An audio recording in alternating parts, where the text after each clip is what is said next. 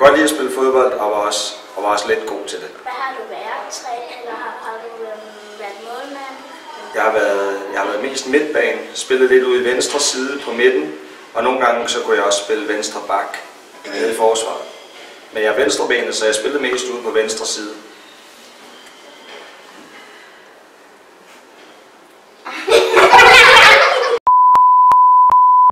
Hvad jeg har lavet i dag? Jeg har været ude at træne fodbold.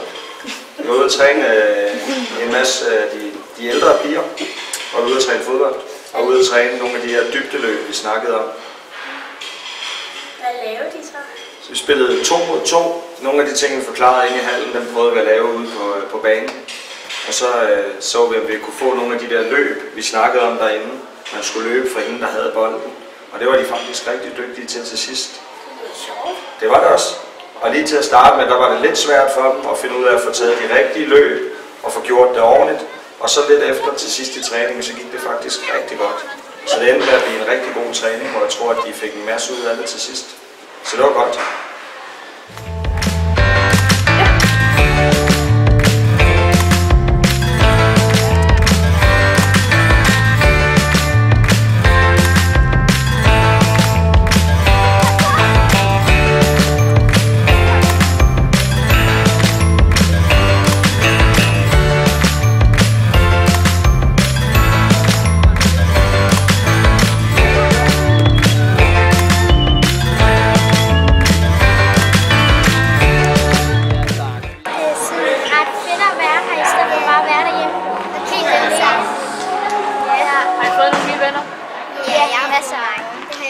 Vi har hørt, at I alle sammen har en tennisbold.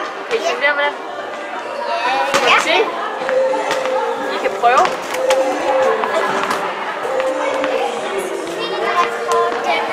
Hvad er rekord i turneringer med tennisbolden? Uden mellemhop, så er det 12, og med at 27.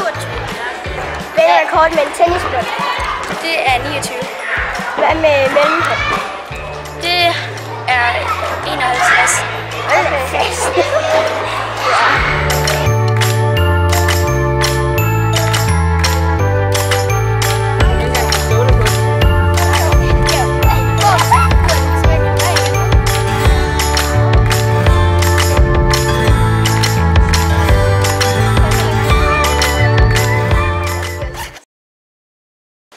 Hvilken klub spiller du i? Jeg spiller ikke fodbold mere. Det er lang tid siden. Jeg har spillet fodbold, men jeg har trænet her i 4 år. Hvilken var dine største rivaler? Rivaler? Ja.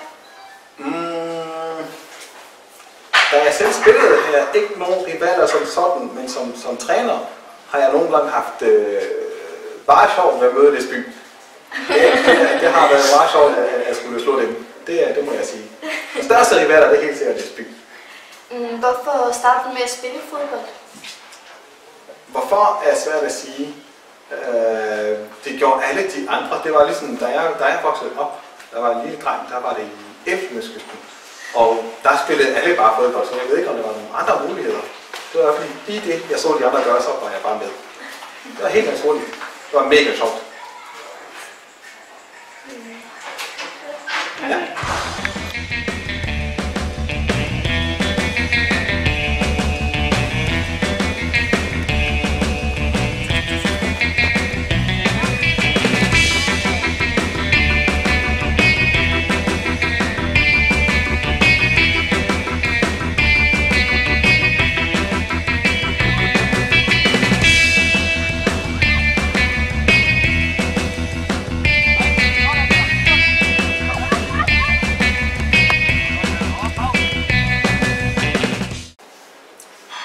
Hvordan blev I venner?